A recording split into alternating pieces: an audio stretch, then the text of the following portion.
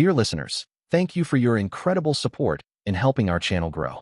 We're aiming for 1,000 subscribers, so please support us by subscribing and helping us reach this milestone. Now let's start the story.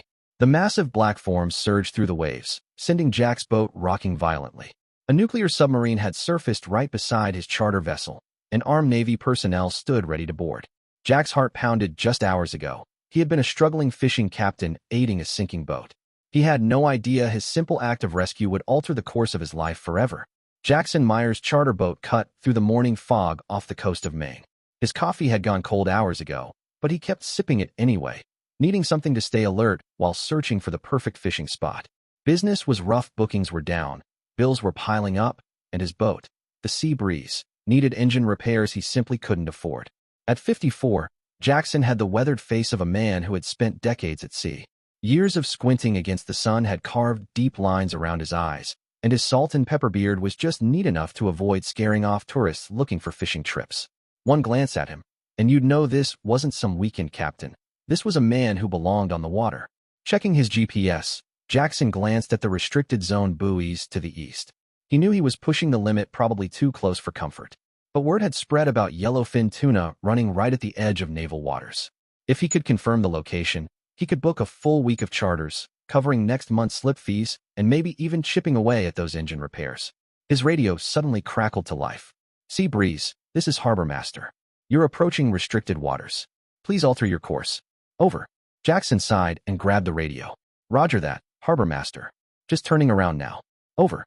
He had no intention of actually entering the restricted zone. A former Navy man himself, Jackson had spent 12 years in service before buying the Sea Breeze, and he respected military boundaries. But fishing the edge? That wasn't breaking any rules. Just as he turned his boat, something to the northeast caught his eye, a small vessel, maybe 20 feet long, drifting without power. Even through the fog, Jackson could tell it was in trouble, listing to one side and taking on water. Raising his binoculars, he spotted two people on board. One of them waved something bright orange, desperately signaling for help. Jackson checked his GPS again. Great. The boat had drifted just inside the restricted zone. At this hour, no one else would spot them, and with the fog, they'd be invisible to radar unless someone was specifically looking. He had a decision to make. The Coast Guard was at least an hour away, an hour that could mean life or death for a sinking boat. Jackson thought of his old Navy crew on the USS Henan, 3 good men lost in a sudden storm off the Philippines. Men he couldn't reach in time. Their faces still haunted his dreams. Maybe that's why he never hesitated to help people in trouble on the water. Damn it, he muttered, steering his boat toward the sinking vessel. Some rules had to be broken when lives were on the line. As the waves grew rougher, he pulled alongside the small boat. It was rocking badly, taking on more water by the minute. A woman with short dark hair was supporting a man slumped against the side of the boat. He looked pale, and his shirt was stained with something that looked a lot like blood. Need a hand? Jackson called out, already knowing the answer. The woman looked up, relief written all over her face. Our engine died, and my colleague is hurt. I'm coming alongside, Jackson shouted back. When I do, I'll throw you a line, secure it to your bow cleat. With the skill that came from decades on the water, Jackson maneuvered his boat carefully. As the vessels drew together, he tossed a line, which the woman caught effortlessly, too effortlessly for someone claiming to be a researcher. She tied it off with quick, practiced movements that Jackson immediately recognized. I'm coming over to help, he called, cutting his engine and dropping a small sea anchor to steady the boat. The injured man groaned as Jackson climbed aboard. Up close, Jackson could see he was around 40, with an athletic build and a nasty gash on his arm, hastily bandaged. But what really caught Jack's attention was the wound in his side that wasn't from an accident. That was a bullet hole. What happened? Jackson asked, already helping the woman support the injured man. Our sonar array malfunctioned in rough seas, she answered quickly. We're marine biologists. The equipment broke loose during the storm last night and caught him when the boat pitched. Jackson glanced at the wound again. No way was that caused by falling equipment. But now wasn't the time for questions. The priority was getting this man medical help. Let's get him aboard my boat, Jackson said. I've got a first aid kit and a radio to call for assistance. Together, they managed to transfer the injured man onto the Sea Breeze. Jackson secured their smaller vessel for towing, then helped the woman settle her colleague in the small cabin below deck. Only then did he take a closer look at the boat he had just rescued. It was expensive, definitely a research vessel. But something felt off. There was barely any actual research equipment on board. The electronics weren't standard, either. They looked military grade. And under a tarp, Jackson spotted something that definitely wasn't any sonar array he'd ever seen. The woman caught him looking. "Thank you for helping us. I'm Dr. Emily Saito, and my colleague is Dr. Richard Wallace." "Jackson Meyer," he replied, shaking her hand. Her grip was firm, and her hands were calloused, but not the kind of calluses you got from handling lab equipment. Jackson had seen hands like that before, back in his Navy days, the kind you got from handling weapons. "We need to get your friend medical help," Jackson said. "I'm going to radio for assistance." "No," Dr. Saito said quickly, then caught herself and softened her tone. "I mean, we just need to get back to shore. Our research institute has medical facilities. It's sensitive research. Proprietary." Jackson didn't believe that for a second, but he nodded anyway. "All right, I'll get us moving." Harbor's about an hour away. As he headed back to the helm, something else caught his eye, a small case, handcuffed to Dr. Sato's wrist. These weren't researchers. Not a chance. But they were on his boat now, and his job was to get them safely to shore. Jackson had a gut feeling his good deed had just pulled him into something far bigger than a simple rescue. And he was right. 20 minutes into their journey back to the harbor, Jackson kept one eye on his GPS and the other on his passengers. Dr. Saito had gone below deck to check on her colleague, but their urgent whispers carried just enough for Jackson to catch fragments of their conversation. "Asset may have tracked the device. Need to report in. Secure the package." None of that sounded like marine biology. Jackson adjusted his course slightly, keeping along the edge of the restricted zone. The sooner they reached port, the better. He'd hand these two over to the authorities and let them figure it out. Something was off, and his old Navy instincts were sounding alarms. Dr. Saito emerged from below deck, stepping up beside him. "How's your friend doing?" Jackson asked, keeping his tone casual. "He's stable," she replied. "Thank you again for picking us up. Not many boats come out this far," Jackson noted, watching her reaction. "Especially not near the restricted zone." She didn't even flinch. "Is that where we were? The fog was so thick last night, we must have drifted off course." Jackson just nodded, unconvinced. After a moment, he decided to press a little. 12 years in the Navy taught me what a bullet wound looks like, Dr. Saito. If that's even your real name." Her body language shifted in an instant, suddenly alert, balanced, ready. Exactly like the naval intelligence officers he'd transported years ago. "It's complicated, Mr. Meyer," she said at last.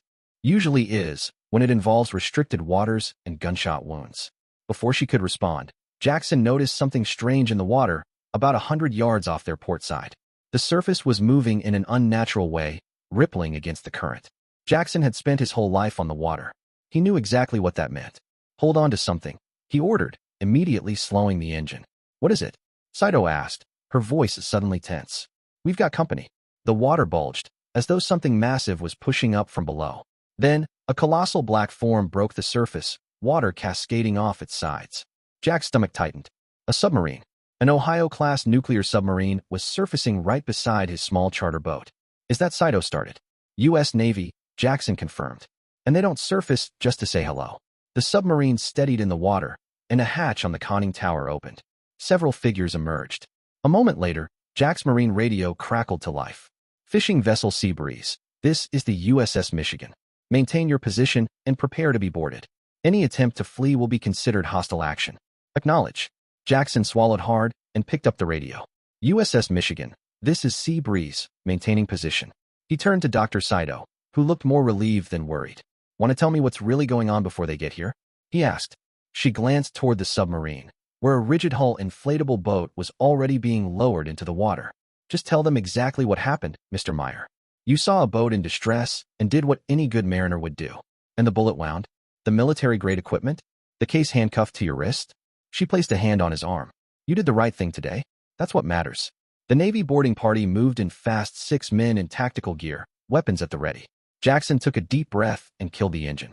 Whatever this was, he was now right in the middle of it.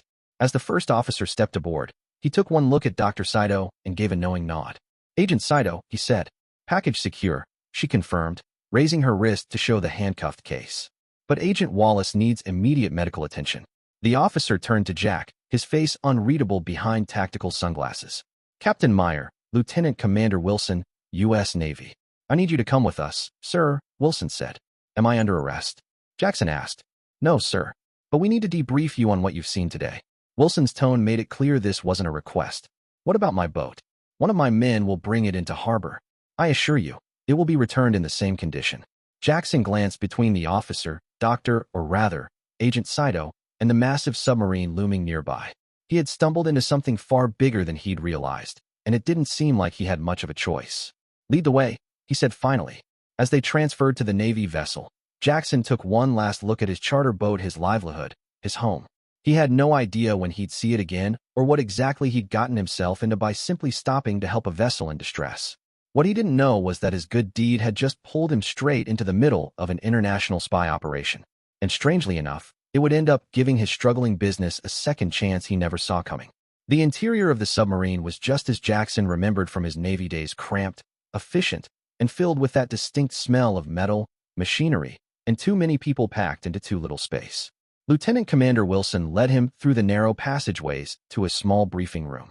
"Wait here, please," Wilson said before stepping out, leaving Jackson alone. Jackson glanced around. The room was bare, just a table, 3 chairs, and a computer terminal mounted on the wall. No windows, of course. The steady hum of the submarine's systems and muffled voices from outside were the only sounds. He checked his watch. 30 minutes since he'd boarded. Long enough for them to have submerged again, he figured. The thought made him uneasy. After years working on the water, being under it brought back memories he'd rather forget. He ran a hand along the cold metal wall.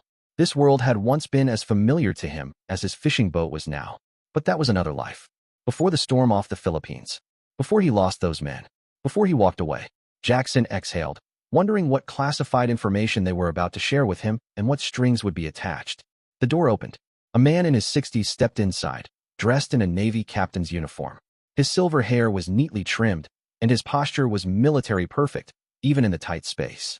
"Captain Meyer," he said, extending a hand. "I'm Captain Hawkins. Thank you for your cooperation." Jackson shook his hand. "Not sure I had much of a choice." Hawkins gave a slight smile. "Fair enough." He took a seat across from Jack. "I understand you spent time in the Navy. 12 years. Sonar technician, then operations specialist. Got out as a petty officer first class." Hawkins nodded. "USS Greenville and Roosevelt, according to your record." Jack's eyebrows lifted. "You pulled my service record that fast." Hawkins leaned back. "We've had it on file since you started operating charters near our restricted zone 5 years ago." Jackson didn't like the sound of that. They'd been watching him this whole time. "So why am I here?" he asked. "I saw a boat in trouble. I helped. Basic maritime law." Hawkins leaned forward. "And we appreciate that." His expression turned serious. "Look, I'll cut to the chase, Meyer. Those weren't researchers you picked up." Jackson remained silent as Hawkins continued. "Saito and Wallace are naval intelligence officers working undercover. They were tracking a foreign surveillance device that had been placed in our waters, but they were spotted by the people who planted it." "The bullet wound," Jackson said, the pieces finally clicking into place. "Exactly." Jackson glanced toward the door, then back at Hawkins. "And the case handcuffed to Agent Saito?" Hawkins met his gaze. "It contains the surveillance device. They recovered a very advanced piece of technology that we need to study," Hawkins said, looking Jackson directly in the eye. "Did they tell you anything specific? Did you notice anything unusual on their boat besides the obvious?" Jackson considered his answer. "They didn't tell me much directly. I overheard bits about an asset and securing a package. Their boat had military-grade electronics, and there was something under a tarp that definitely didn't look like research equipment." Hawkins nodded, seeming relieved. "Good. That matches their report." Jackson exhaled. "So what happens now? Am I in trouble for entering the restricted zone?" "No. You acted to save lives, which overrides the restriction," Hawkins assured him. Then, after a pause, he added, "However, there is the matter of what you've seen and heard." Jackson had been expecting this. "I know how this works, Captain. You need me to sign something saying I'll never talk about any of this." "That's part of it," Hawkins admitted. "But there's something else." He slid a folder across the table. Jackson opened it to find aerial photograph shots of his charter boat taken over several months. Each image showed Seabreeze carefully navigating the edge of the restricted zone. "You know these waters better than most, Captain Meyer.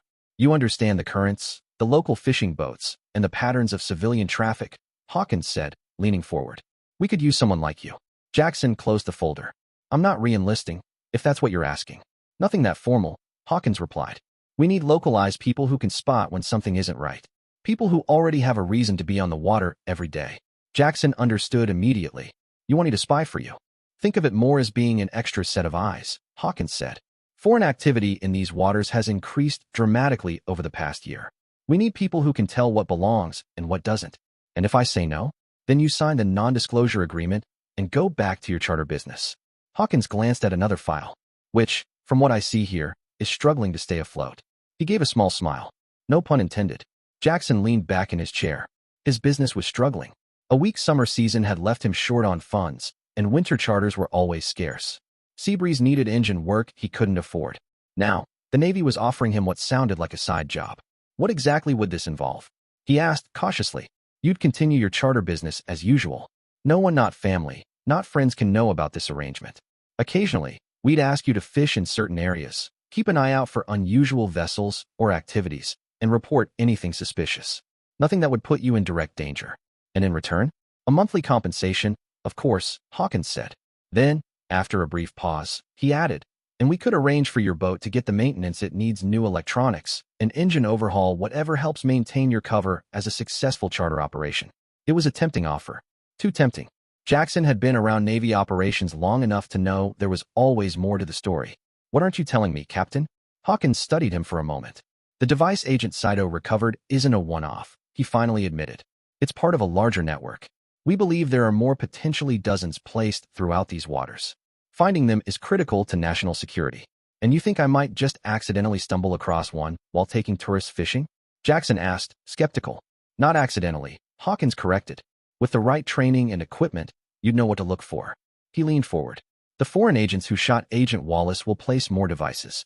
They'll use civilian boats as cover, fishing vessels, pleasure craft, research ships. They'll blend in, except to someone who truly knows these waters and the people who use them. As Hawkins left the room to give him time to think, Jackson sat alone, weighing his options. On one hand, the Navy's offer would solve his financial troubles: overnight new engine, upgraded electronics, steady income, everything he needed to keep his boat running. On the other hand, accepting meant stepping into a world of spies and hidden dangers. His charter business might be struggling, but at least it was honest work. Then again, something else tugged at him, that same sense of duty that had made him stop for the drifting boat in the first place. If foreign agents were placing surveillance devices in American waters, shouldn't someone who knew these seas like the back of his hand help stop them? By the time Hawkins returned, Jackson had made up his mind. His decision would transform his struggling fishing business into something he never imagined it could be. 3 weeks later, Jackson guided Seabreeze out of the harbor on its first charter since the incident, as he had started calling it. The engine purred smoothly, better than it had in years, thanks to the maintenance package the Navy had arranged. New electronics, too, though some were disguised as fishing equipment with capabilities far beyond simply locating fish. His clients today were a father and son from Ohio, eager for their first deep-sea fishing trip. The boy, about 12, bounced with excitement as they cleared the harbor. How far out are we going, Captain Jack? The kid asked. About 12 miles, Jackson replied, smiling at his enthusiasm. There's a spot I know where the tuna are running. The father glanced at the newly installed equipment on the bridge.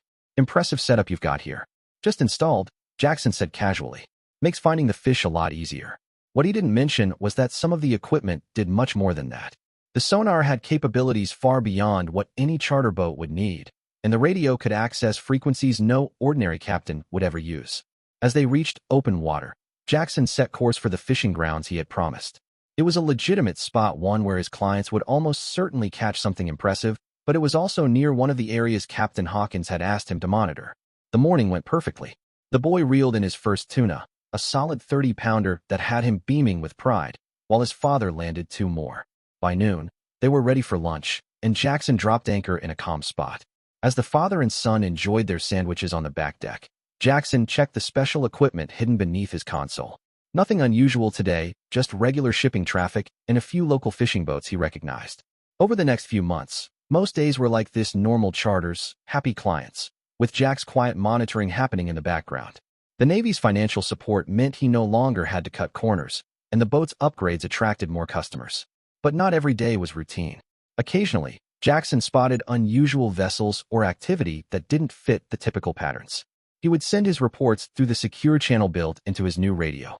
Sometimes, he'd receive encrypted coordinates directing him to take clients fishing in specific areas, always excellent spots for maintaining his cover, but also locations the Navy needed watched. For months into this unusual arrangement, Jackson was out with a group of businessmen from Boston when his special equipment detected something unusual, a signal pattern matching what Hawkins had shown him during training. Making a casual excuse about a promising fishing spot, Jackson adjusted course toward the signal. As they approached, he spotted a research vessel about half a mile away. It flew an American flag and bore university markings, but something about it felt off to Jack.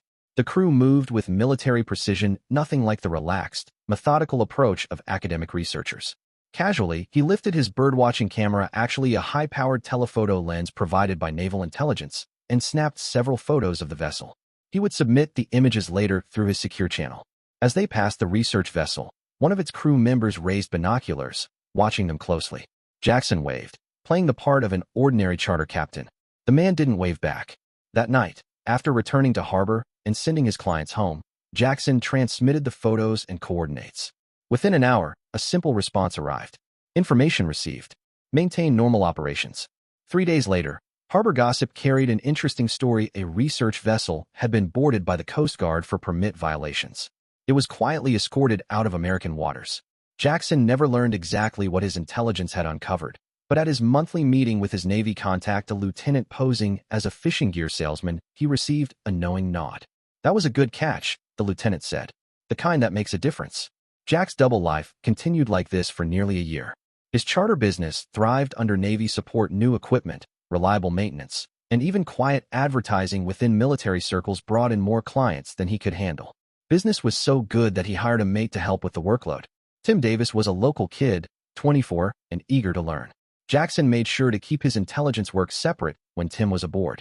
As far as his young deckhand knew, Jackson was simply a successful charter captain who always knew where to find fish. Then came the day that tested everything. A day that started like any other but forced Jackson to choose between his secret arrangement and something far more important: the safety of his crew and clients. It began with the annual Bluefin Challenge, a prestigious fishing tournament that attracted charter boats from up and down the coast. With cash prizes and bragging rights at stake, competition was fierce. Jackson had entered partly because it was good for business, but mostly because the tournament's fishing zone overlapped with an area the Navy wanted monitored. Seabreeze was fully booked for the event, carrying 6 seasoned anglers armed with high-end gear and high expectations. Tim was on board to assist, and they had set out before dawn to claim a prime fishing spot. Everything went according to plan until mid-afternoon. They had landed several qualifying tuna, and the clients were in high spirits.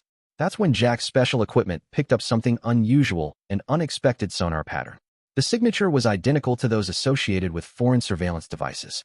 Following protocol, Jackson adjusted course toward the signal, making it seem like a routine search for better fishing grounds. As they neared the coordinates, another vessel came into view, a battered commercial fishing boat, flying Canadian flags. Jackson studied it through his specialized camera. The crew's movements were too precise, too coordinated.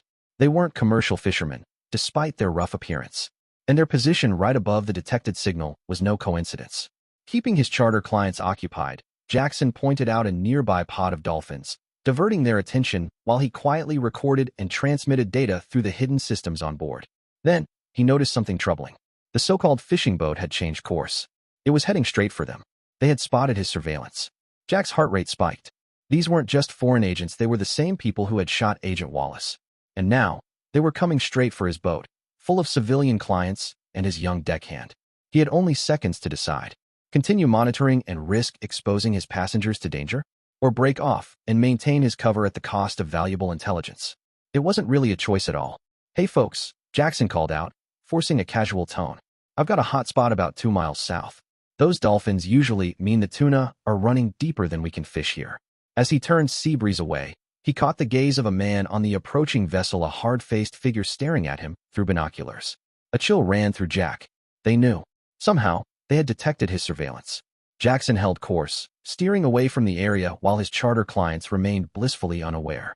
But deep down, he understood something had shifted. His cover might be blown, and with it, the safety of everyone who sailed with him. That evening, after docking and seeing his satisfied clients off with their tournament entries, Jackson filed his report through the secure channel. He detailed everything: the surveillance signal, the suspicious vessel, and the way they had seemed to detect his monitoring. The response came faster than usual. "Return to harbor immediately. Dock at Pier 7, slip 30500 tomorrow." Jackson frowned. Pier 7 wasn't his usual berth, it was the visiting military vessel dock, typically reserved for Coast Guard cutters and Navy ships. Whatever was happening, it was serious. Arriving at the designated slip before dawn, Jackson found the dock empty except for a single figure waiting in the shadows. Captain Hawkins. Jackson hadn't seen him since their submarine meeting a year earlier. "We have a situation, Captain Meyer," Hawkins said without preamble. The vessel you saw yesterday is part of a sophisticated operation we've been tracking for months. They're not just placing surveillance devices anymore, they're retrieving data and deploying next-generation equipment. Devices that can interfere with our submarine's navigation systems. Jackson absorbed the information. They changed course toward me the moment I started monitoring them. Hawkins gave a grim nod. Yes, they have detection technology we didn't anticipate. Jackson exhaled. So my cover's blown. At least to that particular group, yes. Jack's mind raced. So what now? Do I need to disappear? New identity. He had seen enough spy movies to know how these things went. Hawkins actually gave a faint smile. Nothing that dramatic. But we do need to change your role. He handed Jackson a folder. How would you feel about becoming a training asset instead of a field operative? Jackson opened the folder. Inside was a proposal, one that would transform his charter business in ways he never expected. The Navy wanted to use Seabreeze as a training vessel for undercover operatives learning to blend in as fishermen. Jackson would teach them authentic fishing techniques, local navigation, and how to move naturally on the water. Your boat, your business, it all stays yours, Hawkins explained. But we'd book it regularly through various corporate clients, our training program. Actually, you'd be paid twice your normal rate, plus expenses. And my regular charters? Jackson asked. Can continue alongside this, Hawkins confirmed. We'd only need the boat about 10 days a month. It was a perfect solution. Jackson would keep his legitimate business thriving while training the next generation of naval intelligence operatives. His deep knowledge of local waters and fishing techniques would help trainees craft more convincing cover identities. Best of all, he wouldn't be actively spying anymore, meaning far less personal risk. There's one other thing, Hawkins added, pointing to a document in the folder. We'd like to station a permanent naval intelligence officer as your first mate. Tim would be offered a position at a marina owned by a Navy contractor, a significant promotion. He'll never know the real reason. Jackson considered Tim for a moment. The kid was a hard worker and deserved a better opportunity. He'll take it, Jackson said. He's been talking about wanting more responsibility. Hawkins nodded. Your new mate will arrive next week. Naval intelligence, but with real fishing experience. Her name is Lieutenant Sarah Miller, but her cover identity will be Sarah Wilson, former commercial fisher from Oregon. Jackson raised an eyebrow. Her? Problem with that, Captain? Hawkins's tone was firm. Not at all, Jackson said, shaking his head. Just surprised. Not many female fishing guides around here. Then he smirked. Which actually makes for a memorable charter experience. Clients will talk about it. Good for business. Hawkins extended his hand. Do we have an agreement? Jackson glanced out at the harbor, his boat docked in a military slip. A year ago, he had been struggling to keep his business afloat, cutting corners and worrying about the future. Now, he had a renovated vessel, a thriving operation, and a partnership with naval intelligence that would secure his financial future, all because he had chosen to help a boat in distress. He looked back at Hawkins and grasped his hand. We have an agreement. Over the next 5 years, Seabreeze became one of the most successful charter operations on the coast. Clients raved about Captain Jack's uncanny ability to find fish and the professional, educational experience provided by his first mate, Sarah. Few ever suspected that some of their corporate guests were actually naval intelligence officers training for deep cover missions, or that Sarah was really Lieutenant Miller, a decorated intelligence officer who had chosen sea duty over a desk job at the Pentagon. As for the surveillance devices in coastal waters, a specialized unit now handled that threat, many of them trained by Jackson aboard Seabreeze, learning to blend in as ordinary fishermen before deploying on real operations. Jackson never again encountered the hard-faced man from the Canadian fishing boat. Still, now and then, he heard whispers of foreign vessels intercepted under unusual circumstances. Sometimes, during quiet moments at sea, Jackson reflected on how a single decision stopping to help what had seemed like a boat in distress had completely changed the course of his life. One choice, made in seconds, had led him to a purpose he had never imagined. His charter business sign had always read, Seabreeze Charters, finding adventure on the water. It turned out to be far more true than he had ever intended. Dear listeners, please share your thoughts in the comments section below and don't forget to like, share, and subscribe.